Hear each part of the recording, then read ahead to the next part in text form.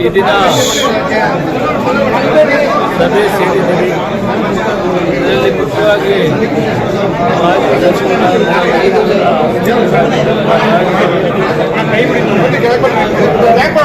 ಹಿರಿಯರು, ಮಾಜಿ ಎಲ್ಲ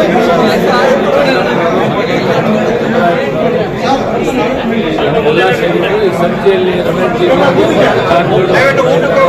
ಇಲ್ಲ, ಅದೇ ರೀತಿ ನಮ್ಮ ಫಿಲ್ಮನ್ ಕೂಡ ಈ ಮೆಂಬರ್ ಇದ್ದಾರೆ. ಅವರು ಕಾರ್ಯಕಾರಿ ಸಮಿತಿಯಲ್ಲಿ ಇಲ್ಲಿ ಪಕ್ಷಾತೀತವಾಗಿ ನಾವು ಸೇರಿದ್ದೀವಿ.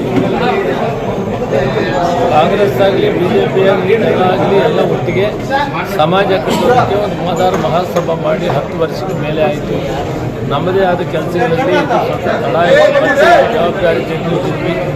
ಇಲ್ಲಿಂದಾಗಿ ನಾವು ಮಹಿಳಾ ಪ್ರಕಾರ ರಾಜ್ಯ ಮಟ್ಟದ ಸಮಿತಿ ಇರ್ತದೆ, ಜಿಲ್ಲಾ ಮಟ್ಟದ ಸಭೆ ಇರ್ತದೆ, ತಾಲೂಕು ಮಟ್ಟದ ಸಮಿತಿ ಇರ್ತದೆ, ಇದಕ್ಕೆ ಚುನಾವಣೆ ಇರ್ತದೆ.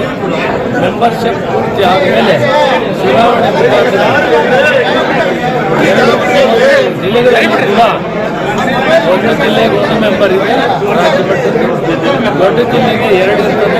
ಅವರೆಲ್ಲ ಕೂಡ ಯಾರು ಮೆಂಬರ್ಶಿಪ್ ಆಗಿರ್ತಾರೆ ಅದರಿಂದ ಆಯ್ಕೆ ಆಗಿರ್ತಾರೆ. ಆಯ್ಕೆ ಬಂದಲ್ಲಿ ಇದು 1 ತಿಂಗಳಾದ್ಮೇಲೆ ಆ ಕಾರ್ಯಕ್ರಮ ಶುರುವಾಗಿ ಮೆಂಬರ್ಶಿಪ್ ಮಾಡೋದು ಟೈಮ್ ಕೊಟ್ಟಿದ್ದೀವಿ. 1 ತಿಂಗಳು ಆದಮೇಲೆ ಮತ್ತೆ ಸಭೆ ಕರೆದು ಇವೆಲ್ಲ ತೀರ್ಮಾನ ಮಾಡ್ತೀವಿ. ಇದರಲ್ಲಿರುವಂಥ ಮಕ್ಕಳು ವಿದ್ಯಾಭ್ಯಾಸ ಮಾಡೋದಕ್ಕೆ ಅವರಿಗೆ ಆರ್ಥಿಕ ವ್ಯವಸ್ಥೆ ಮಾಡಬೇಕು, ಅವರಿಗೆ ಸೌಲಭ್ಯ ಮಾಡಬೇಕು, ಅವರಿಗೆ ವಿದ್ಯಾವಂತರಾಗಬೇಕಿಂದ ಇದರ ಮೂಲ ಉದ್ದೇಶ ಇದಿದೆ. ಆ ಉದ್ದೇಶದಿಂದ ಇದನ್ನು ಮಾಡಬೇಕು. ಜೊತೆಗೆ ಈ ಸಮಾಜದ ರಕ್ಷಣೆ ಬೇಕಾಗ್ತದೆ. ಮಾಡ್ತೀವಿ. ಅದರ ಮುಖಾಂತರ ಎಲ್ಲಾದರೂ ಏನಾದರೂ ಯಾರಿಗಾದ್ರೂ ಕಷ್ಟ ಬಂದರೆ ಆ ಜಿಲ್ಲಾ ಸಮಿತಿ ಆ ಕಷ್ಟಕ್ಕೆ ಅವರು ಅಲ್ಲಿ ಹೋಗಿ ಅವರು ಸಹಾಯ ಮಾಡ್ತಾರೆ.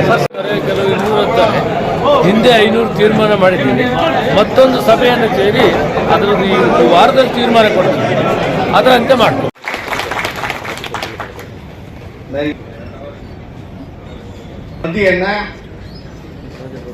ಈ ಮನಸ್ಥಿತಿಯನ್ನ ನಿರೀಕ್ಷೆ ಮಾಡಿರಲಿಲ್ಲ.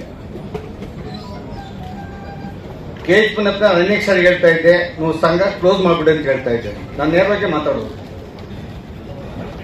ನಾನು ಅದರಲ್ಲಿ ಪದಾಧಿಕಾರಿ, ಹೇಳೋದಕ್ಕೆ ನೋವಿನಿಂದ ಹೇಳಿ ಸಮಾನ ಅಂತೇಳಿ ನಿರೀಕ್ಷೆ ಮಾಡಿರ್ತೀನಿ. ಬಹಳ ಹಿರಿಯರು ನನಗೆ, ಬೇಕಿದ್ರೆ ನಮ್ಮ ಮನೆಯವರಿಗೆ ನನ್ನ ಕುಟುಂಬದ ಸದಸ್ಯರು ಅಂತ. ಇಲ್ಲಿ ಬಂದಿರ್ತಕ್ಕಂಥ ಸೇರಿರೋರೆಲ್ಲ ನನ್ನ ಮಾದಿಗ ಕುಟುಂಬದ ಸದಸ್ಯರು, ತಾಯಿಯ ಮಕ್ಕಳು.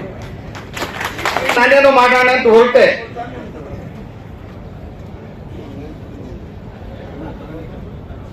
ನಾನು ನನ್ನ ಪಕ್ಕದಲ್ಲಿ ಸನ್ಮಾನ್ಯ ಆಂಜನೇಯವರು ಕುಳಿತಿದ್ದಾರೆ.